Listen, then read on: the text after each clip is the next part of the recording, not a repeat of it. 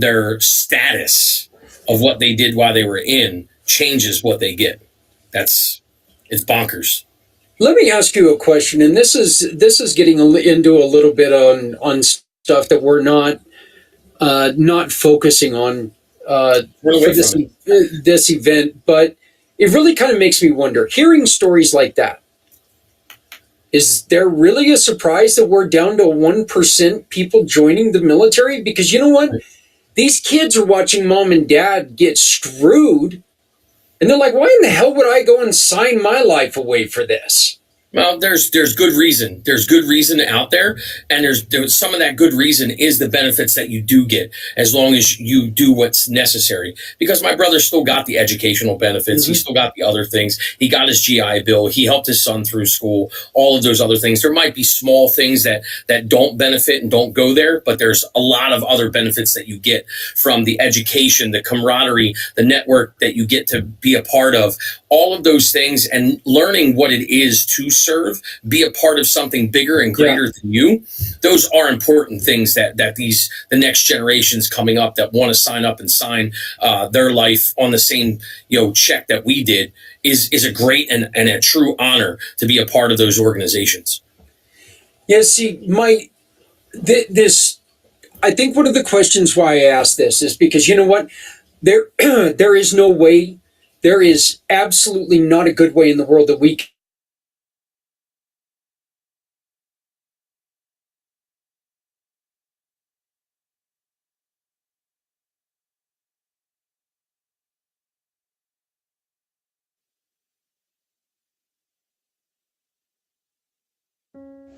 Today in America, there is a member of our great U.S. military that is transitioning out to civilian life.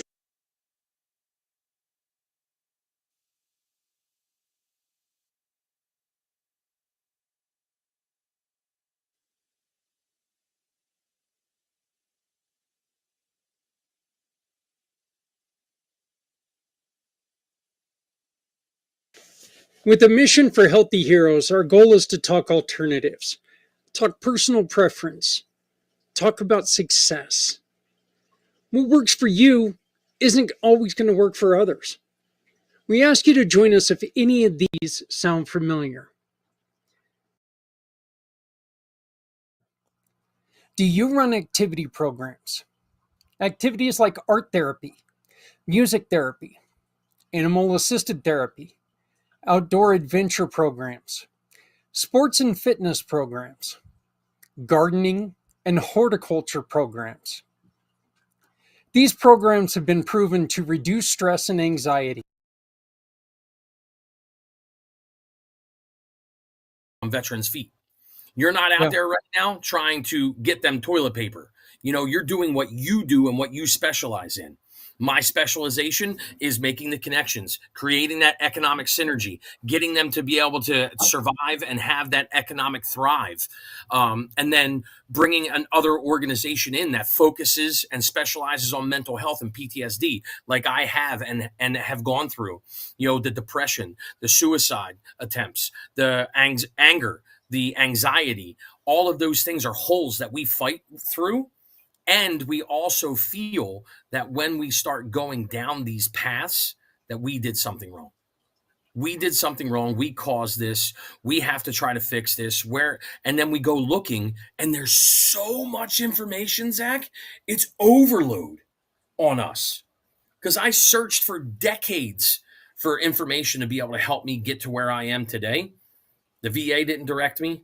None of the organizations that I was coming across were hitting on the right avenues and the right cylinders to help me. Not my PTSD, my suicide thoughts, all those things are never going to go away. I deal with my night terrors every single night.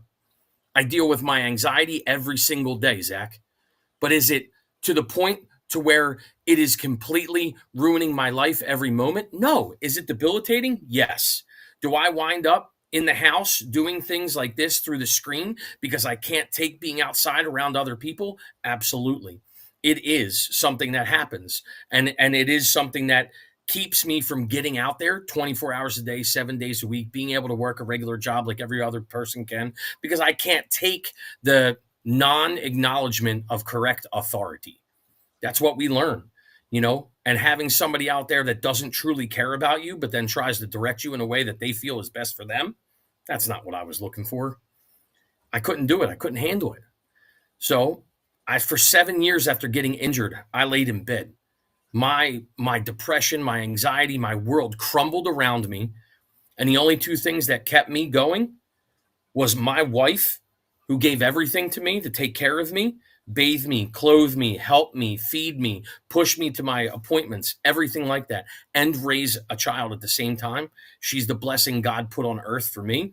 But if it wasn't for my faith that I had eventually found, I would have given in. I would have given in. And I wouldn't be here to be able to do what it is that I do for my fellow veterans all over the nation, bringing them together.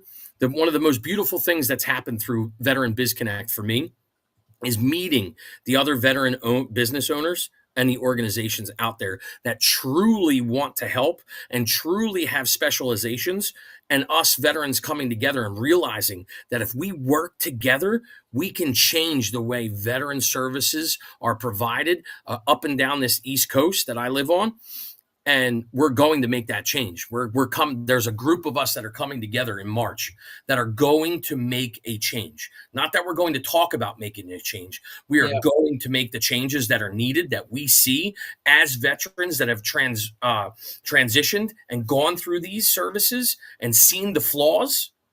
We're coming together because there's 15 or 20 of us that have specializations in different areas. So we're going to take that hub, that $920 billion hub that people make money off of us as veterans all year long, and we're going to start putting spokes together inside that hub so we can create and make that resource that you were talking about, and getting those soldiers taken care of when they need it, where they need it, how they need it.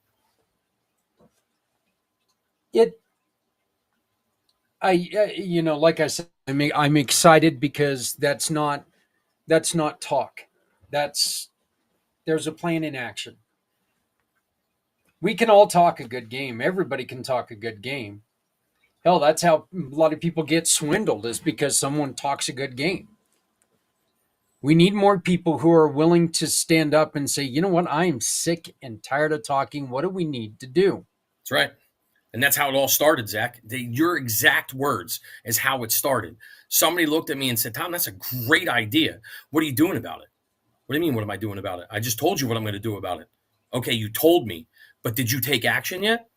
Well, it has to happen. Give me a minute. That was the first time I mentioned it. Now, you got to give me a minute to act on it. Yeah, but everybody talks, Tom. How many people actually take action? And that was a real swift kick in the butt. We say other things in the military, but I'm trying to keep it, friendly here. That was a swift kick in the butt and got me moving. Like, okay, how long until I take action?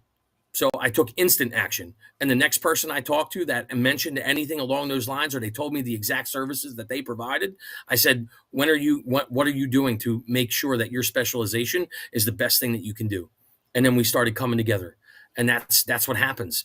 That's when the camaraderie and the mission-oriented faction of what we do as the military and our training comes together, because we know how to act down our lanes and down our roles of what we need to do. And that's what we're going to do as a group.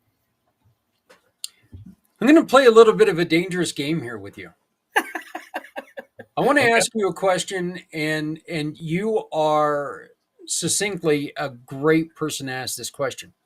Okay. What are we as civilians doing wrong when it comes to helping, or when we come to approach you and offering our help? What are we doing wrong?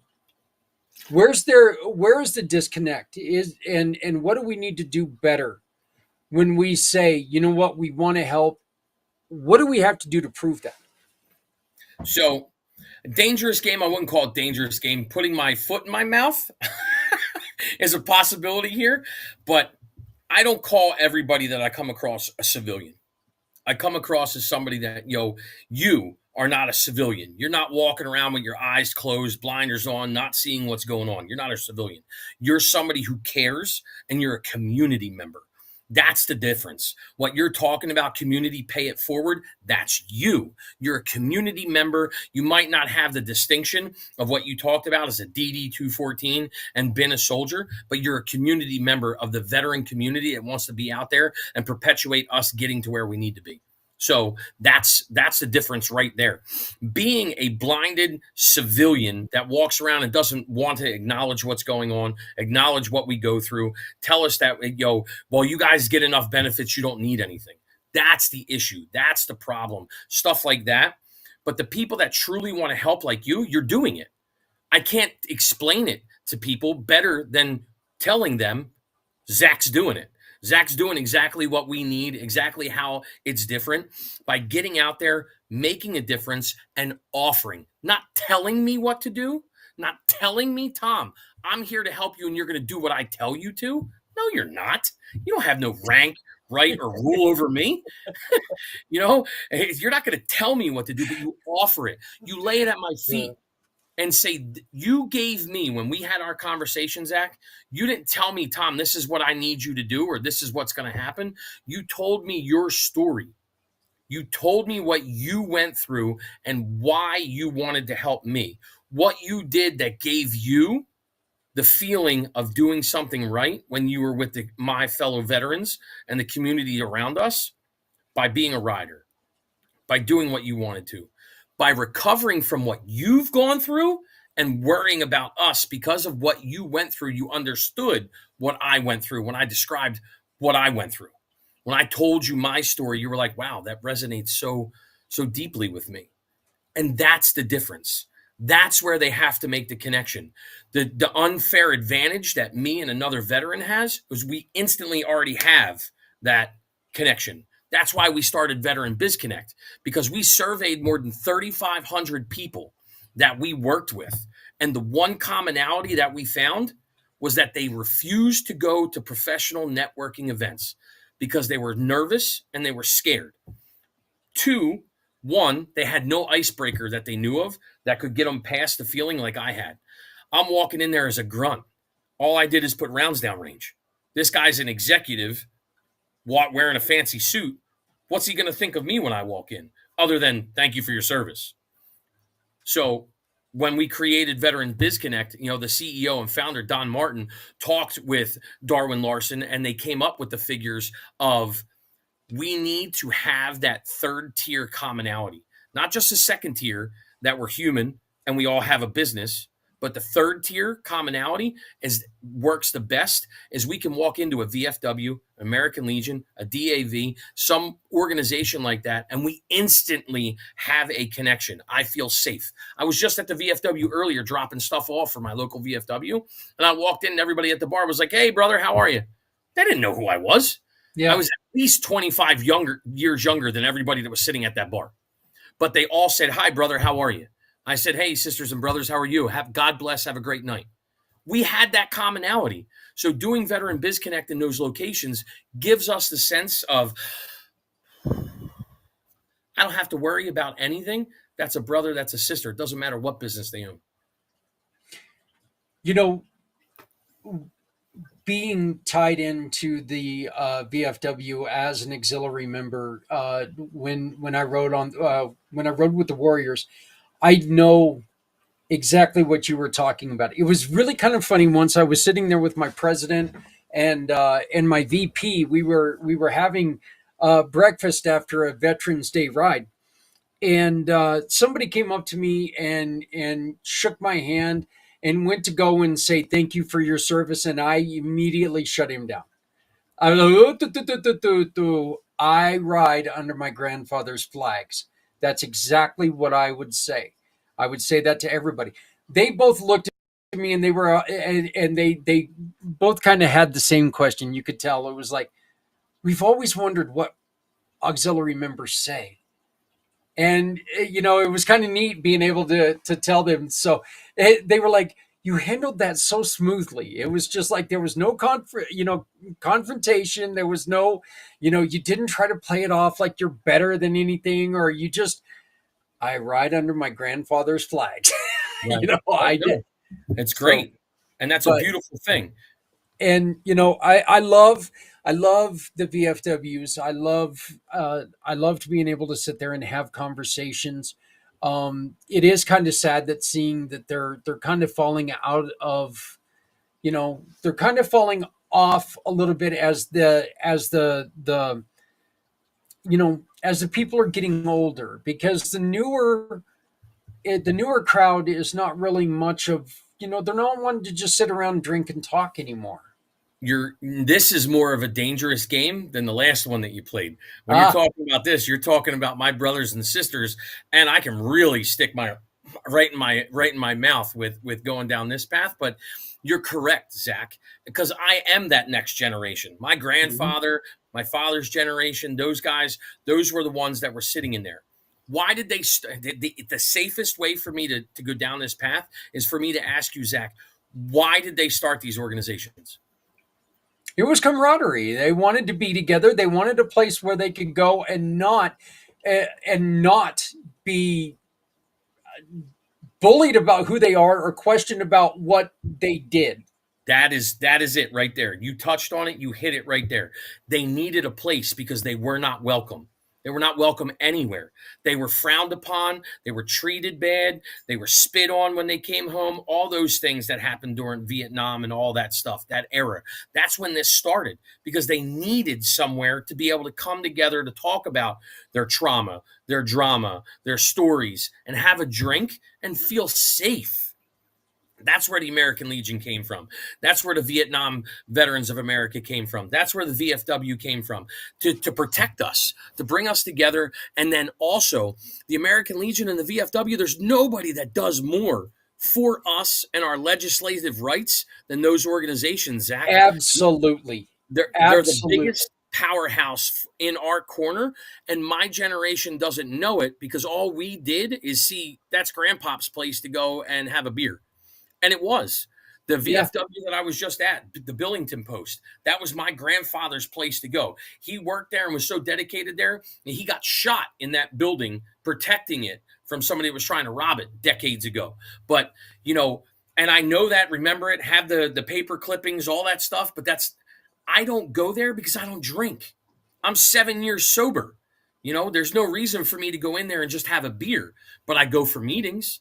I go for other events. I do get involved in the fact that they're there for more than just a beer. And that, and, Yeah. and that generation that I'm talking about, that gap, we don't see it that way because, again, the older generation was just in there. They needed somewhere. I'm accepted in bars.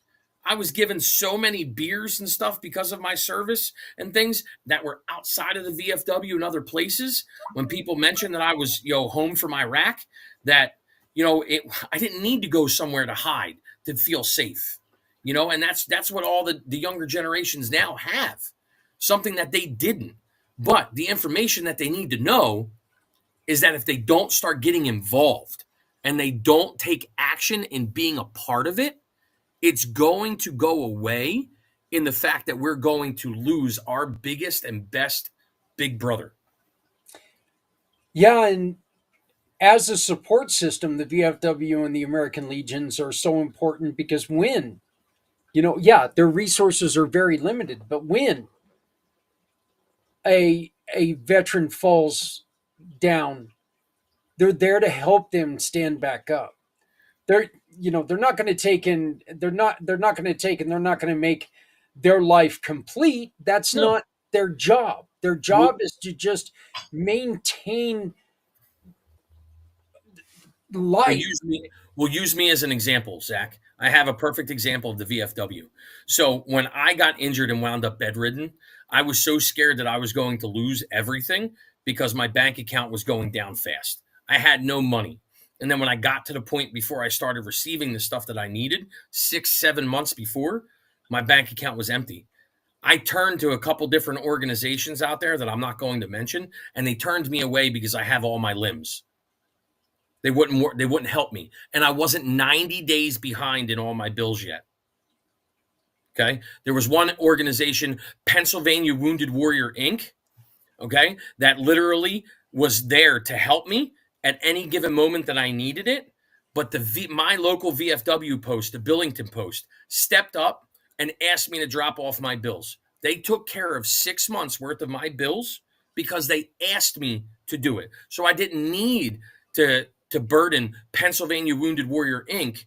with my situation. So they didn't have to write a check to help me, but they were there and ready to. But my local VFW post picked up all my bills, didn't give me a dime, but they paid it directly to the creditor and took care of me from their almoner fund. And then I'm now trying to give back to them in every way that I can because they helped me. That's what the VFW and American Legions and those organizations do. But they do it quietly. They do it silently. They're not out there broadcasting my story and telling everybody what they did for me in the community. Not that I would, be upset if they did, but somebody might. So they don't. They keep that to themselves and they keep it within inside their walls. But they're there to help us in every way they can. I love the fact that you brought up a great point that they take and they say, hey, in which me being part of the auxiliary, after I went down, they took care of me. They paid they paid a month's mortgage for me. They did it. They took look, they take care of their own. They That's do right. not, in which I don't know if this is something that upsets people, but they do not hand out money to people. They take they take care of your family. They take care of you and your family because again, we're not talking about things that we're not talking about things that are just affecting you. And you know this, you know this. They're talking about they're helping you and maintain your family. Yes. Because where you are hurting, your family is hurting because you never go through pain alone. That's right. And, a couple things, one thing to talk about there is that they didn't take care of my personal bills. They asked for my household bills, the stuff for my home, for where my wife and my son was. Not me. They didn't say, "Hey, how's your credit cards? Hey, how's this?" They asked. They wanted the home utilities. They wanted the home bills. So they could make sure the power stayed on, the water was running, those kinds of necessities. They weren't putting money in my bank, going, "Hey, go out and have a pizza dinner." We want to make sure that you stay alive, you stay warm, and and you can clean yourself. Those are the things that they are doing, and it's not just their own. Like, it's not just somebody inside of their singular post. Like, I'll take my American Legion post for an example. My American Legion post in Fallsington, Pennsylvania, literally has taken care of a homeless vet for 4 weeks, helped through 4 weeks, paid directly 3 weeks, but helped through 4 weeks of him staying in a hotel in these below sub-zero temperatures. And they had no affiliation to him at all whatsoever. I said and mentioned during a meeting that this guy was waiting for his benefits to come in, that I was helping him with some other people get his VA benefits, which he got. He was waiting on the check to come in because it takes time. It doesn't happen overnight when that stuff happens. And it got real cold. And they took the initiative and went to the hotel and started paying on a weekly basis for him to stay there until he got his money to do it on his own. That's what I'm talking about. These are the things that they do without any publication, without any, putting it out there. They heard about a soldier, they took care of him. They didn't ask, is he one of ours? Does he pay his dues? They didn't ask any of those questions. They said he's a disabled veteran with a DD-214. We got his back. Yep. And I really appreciate everything that they did for me personally. And like I said, I am not a veteran. But I have seen them, and I've been in the meetings where we sit there and we go, guys, here's somebody who's in trouble. We as the auxiliary, what do we want to do? Of course, I was never went into a meeting. I was in the auxiliary meetings, but I saw the way that it was run in the auxiliary itself. Yeah. Right. And we had the same bylaws. We had the same everything that we ran it like they ran it. Yep. We had the same officers. We had all of that. And, we had that with the Warriors as well. Yeah. So, And even uh, sometimes some of the VFW members were in the auxiliary meetings, yeah. because they like to be a part of both. Oh, yeah. Yeah. And it's great to have them there too. I mean, first off, look, like I said, I still think one of the greatest things, I haven't been to the VFW in probably 7 years. Okay. Okay. My accident was 10 years ago. I Yeah. haven't been there for the past 7 years, partly because I almost felt guilty that I no longer go there, you know, but I just, it became a part where, you know, it, it became a little too much for me because of the drinking and everything, and I needed to distance myself from them.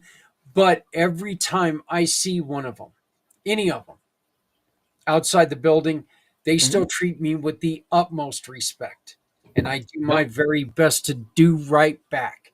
There you go. And they remember me by name. I remember them by, I don't care if they were called Sarge or Stretch, or, you know, I call them what they were. Yep. That's what they're comfortable in, and it's a wonderful thing. No, I hear you. We we really wanted to focus on pain because we need to. Yeah. We need to know. We need to have that dark conversation about what kind of pain you and your brothers and sisters go through, and Yep. we need people to hear it. I hear you. So that, I mean, the physical and the mental was horrible. The mental pain that I went through, you know, was constant guilt. So being over where I was, there was times where things happened. People didn't come home Hmm. that I went over.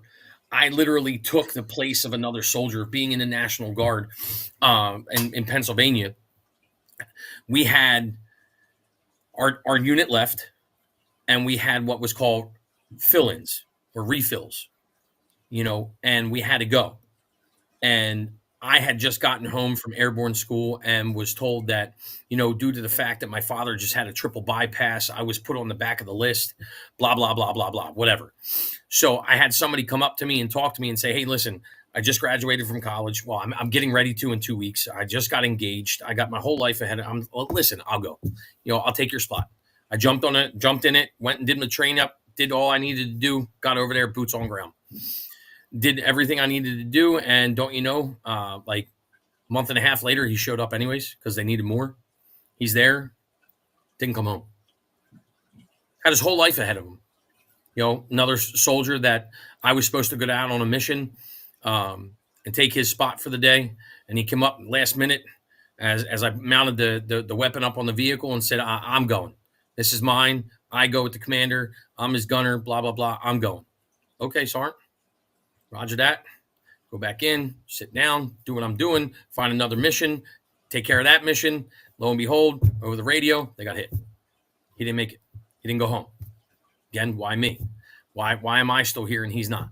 These are the things that we deal with on a daily basis, that some guys never recover from, never figure it out, never get it out of their head, never get that moment back because of those moments that happen because they think they're in control and that they lead the way. And I most certainly am one of them that I thought it was my fault, thought I did it. I did something. I made a choice. I did something wrong. But it's not us. It's his path. His path that we walk on, that's where I got that moment to be able to understand things, but it still doesn't take it away. Those moments when you make a choice in the field or you follow an order live with you forever. Forever. They never go away. Nobody can take it away. And the most horrible thing about going into the VA and going into the mental health era in the VA is that they have no continuity with their providers. That I literally had to, every 2 to 3 weeks, talk to a new provider and go through all of my trauma all over again. All over again. Every single situation, talk about it, everything, drudge it all up, relive it, feel it, deal with it, go back through that suicidal era, go through everything every single time. And it was horrible. It was absolutely horrible. It was probably more horrible than going through the situations that I went through than, anything else, is reliving it every 3 weeks constantly because of the flawed system that they have. So, but that pain is what drove me to drink constantly. I was a 24-hour alcoholic after coming home because I didn't want to see their faces. I didn't want to hear their voices. I didn't want to see when I saw their family show up for them. Yeah. That was the pain that I was drowning in alcohol. That's what some of my fellow soldiers went to for the release, was drugs, alcohol, whatever they could find to get their mind clear of that moment. And we fall down and we forget there's other people to help pick us up. Because I'm strong. I can do it. I did all this. Why can't I do that? And we forget. We forget that we didn't do it alone. There was an entire team, like you talked about earlier, there that got us there, that got us through it. We weren't doing it on our own. And we forget about it. And it's tough. Then the physical pain from jumping out all the airplanes, the 6 bulging herniated discs in my neck, 4 in my lower back, the sciatica down both my legs, all that stuff. You just get pumped full of stuff. Take 1,200 milligrams of ibuprofen, drink water, do push-ups. That's what you get told in the military. Take ibuprofen, drink water, do push-ups. You'll be fine. And then when you get out, it's the VA. The VA does the same thing. Well, take this med, take this med, take this med. Oh, you got that side effect? Take this. You got that one? Well, let's give you this injection. Let's give you that injection. Well, let's take your spinal cord and fuse everything together. It's crazy. This medication is causing that problem? There you go, Zach. Wow. Oh my goodness. These things did that to you? Oh, yeah. So when it came to me in 2022, and the VA told me that, listen, your liver, you got a fatty liver and you're dying. What do you mean? Well, the 31 pharmaceuticals were pumping you full every day, the 4 ketamine infusions you're getting every month, the 10 trigger point injections down your spine every single week, and the 10 epidurals. That's part of it. The other part is because of you're getting all of those things, you're completely sedentary because of your injuries and all these things that we give you that totally drive you from your family, that totally drive you into that mental state that you can't move, that you can't go anywhere, that you can't do anything. You're now 350 pounds. Your sedentary lifestyle is what's killing your liver, not the alcohol, because I stopped drinking years ago. I was in total denial when they told me I had liver issues. And when I took back my life by focusing on my gut health, because the other guy that was here talking about it earlier today, your doctor who has 18 other names in front of him. Yeah. Professor, doctor, yeah. And he's got alphabet soup after his name. Right. Those guys were talking about gut health. Having your gut is your second brain. That's where all our neurotransmitters come from, Zach, is down in our gut. So when I got my gut healthy, I didn't lose my PTSD. I didn't lose my night terrors. I didn't lose my anxiety, my depression, suicide thoughts, all those things. But it got it to the point to where it wasn't 100% the only thing I was thinking about. And the side effect of getting your gut healthy is that your body can now absorb the proper nutrients and vitamins to rebuild, restore, rejuvenate the cells that God created us to be able to do that with. And once you do that, you can deal with the inflammation that's causing the pressure. You can deal with the weight gain that you have. I lost more than 150 plus pounds in a year, Zach, doing the regimen that I did and going down the path that I did because of the ability to absorb the proper nutrients, vitamins, the supplements.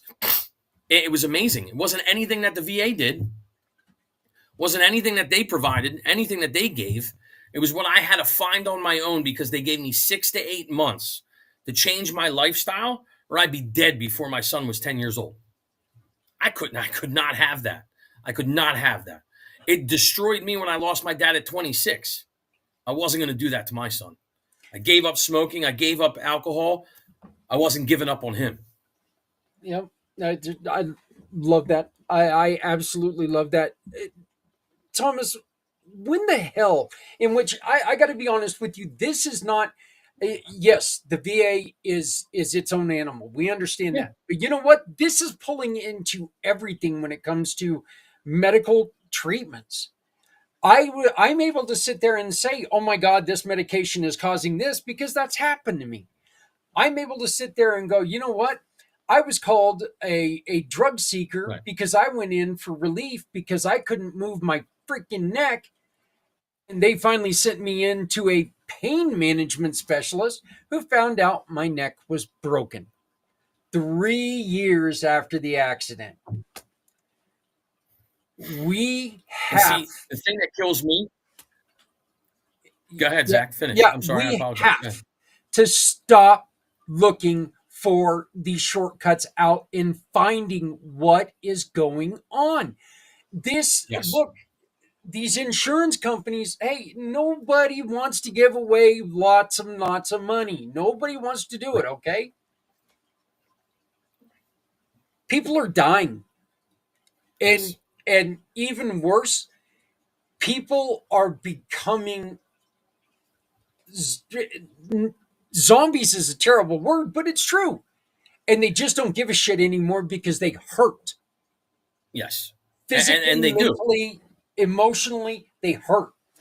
They do. You're 100% correct, Zach, on that level.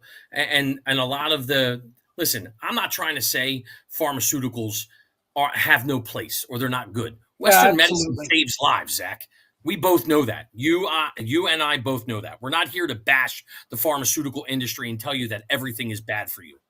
But we shouldn't be 100% dependent upon it and surgical intervention as the only two ways that we can survive. They're just not the two things that we were meant as humans to survive on because they didn't exist always. And we had generations of people that survived without them.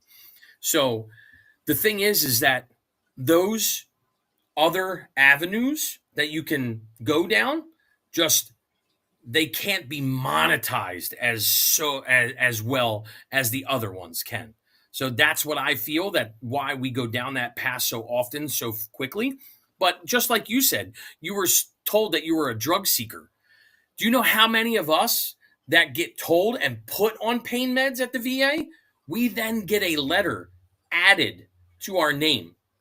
So we have to be drug tested continuously. It follows us, which is horrible. You're doing it to us. You're putting us on there. You're giving us that stuff. And now, because of the opioid epidemic that we went through, these people, when I went through surgery and I was told, hey, we're going to give you some Oxycontins, but you have to sign this waiver and you have to, you have to show up for regular scheduled drug testing and drug screening while you're taking them. So I don't take narcotics. You could keep them and shove them where the sun don't shine because I won't do that. I'll suffer through the pain before I'll take a narcotic. Well, why is that, Mr. Long? Because I was an alcoholic and I have an addictive personality and you're not going to kill me. I told my doctor that multiple times. I Yep. come from a very addictive family.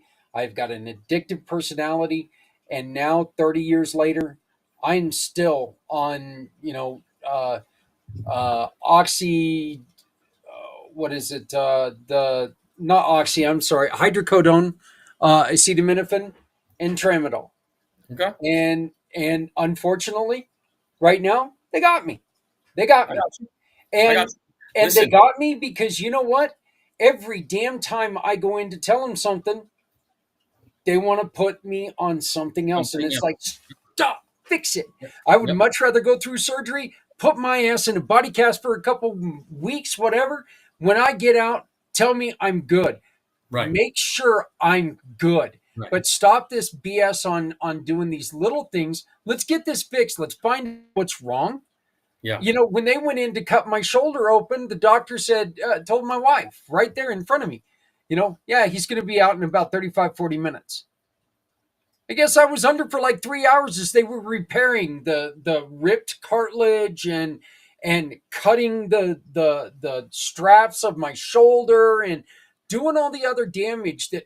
And when I woke up and Adrian told me, I kind of looked at her and go, "Oh, so I was hurt, huh?" Imagine that.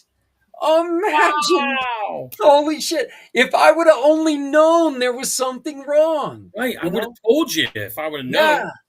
Yeah. I'm so So glad you figured it out while you were in there. yeah, yeah, it is actually kind of funny though. When they did repair my broken neck, the first thing I did when I woke up is, holy cow, I can turn my neck. And the nurse was like, don't do that. But I'm like, but you don't understand. I can. Right. I was Right. able to turn my neck. Right. And And that's the beautiful part of it. And that's what they yeah, didn't understand. And yeah, that's the other thing that kills a lot of us that goes through this, like that not like kills us, but bothers us, is that so many people tell us what we need and what we need to do and have never experienced or been down the path that we're going down. That doctor has never had a broken neck, but he fixes it and tells you that you're not in pain. But he doesn't know the pain that you're in because he's never been in your situation. That nurse says, don't move your neck because she doesn't want to get in trouble for you experiencing something and getting hurt that she's never been through. She doesn't know that you can move your neck and that it's not going to hurt worse than what it did before it was fixed, yeah. It's because like she's eating never a experienced. strawberry sundae. It doesn't happen enough. That's that's the truth. I got to ask you one more question, and then we got to switch segments. Thomas, you and we talked about doing something. I threw an offer out at you. I'm going to bug the hell out of you until you accept it. I'm just I already telling you told right you, I now. accept. You got it, man. We're in. We've got to put it together. But Yeah. I want to bring up a point that really makes this feeling stick. John Vogel's one of my very best friends in the world. Okay. I love this man. I love him with all my heart. I know what pain is because John told me what he goes through. He lost his son at 3 years old because his son got out of the house and drowned in the family pond. John told me once something that made the pain real. He told me, Zach, it's like having the worst heartburn you've ever had every day of your life. Yeah. What is there anything that you can equate the darkness to? When I sat there in bed and I wanted to kill myself, I felt responsible for the things that had happened.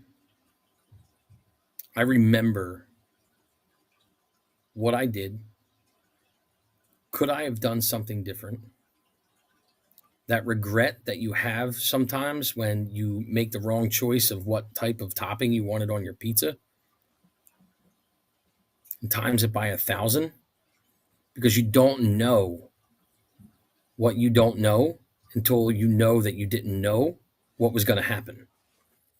And it's not easy to be there alone, because when I say I was there alone, I had people everywhere around me, my wife, a son, my mom, my family, but I was alone. I was sitting there alone in here.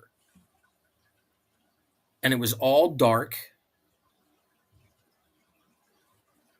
And the only way I can describe it is all these little things talking to you. I'm not trying to say demons. I'm not trying to say leprechauns. I'm not trying to say any of those things. I'm just saying all of those things talking to you and telling you, you did this. You did this. This is your fault. You're responsible. You could have made a choice. Look What what did you you do? did now.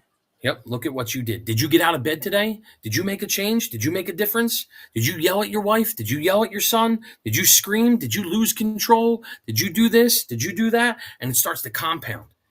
And that anxiety of worrying about, oh my God, if I'm around him, I'm going to yell at him. I'm going to hurt his feelings. If I'm around her, I'm going to yell at her. And it just builds and it builds and it builds and it builds. And you feel safer alone. You feel safer, secluded. You think everybody else is safer. You think everybody else is doing better. But you don't even understand or realize the hurt that you're causing them by not being there with them and not getting through what you're getting through, because all you're doing is so focused on you because all I can see is that one eye coming out. I can't see anything else. Thomas, I love you, man. I love you too, brother. I appreciate it. I appreciate being here, and I appreciate the fact that going through all of this with my fellow veterans from Veteran Biz Connect and being able to bring everybody together across this nation is going to change our community and the way things are done. And I love that I'm working through it with you, brother. We're going to get this done. Look for bigger and better things to happen with Veteran Biz Connect and Community Pay It Forward, because we're going to make bigger things happen. 2025 is the year that all of this comes out and everybody sees it. God bless, brother. Thank you so much.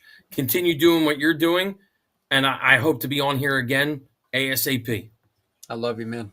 Love you too, brother. I'll talk to you later in the week. Have a great day. You too.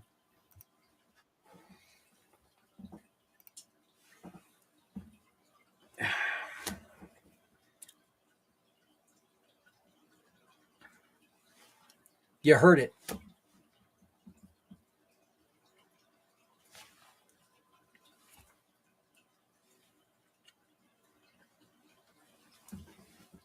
Thomas knows, and every single one of them know, that while they're sitting there and they're alone and they're going through that in their head, that they are not the only ones that are going through that.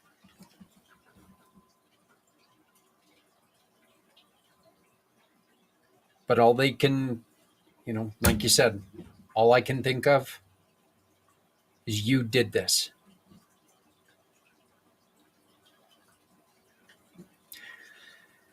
Time to switch segments, folks. It's time to go into segment 6. So we're going to be shutting this one down. Give me 5 minutes and we're going to pop back up. Just refresh your browser. We're going to pop up in a minute and it's going to be like we never went anywhere, but we went somewhere or something like that. But wow, amazing. We're going to be right back with the 2025 Mission for Healthy Heroes. Please stick with us. You guys are doing great. We got a lot more show to go. A lot more to do. We got a lot of work, folks. We got a lot of work to make this happen. Come back, will you?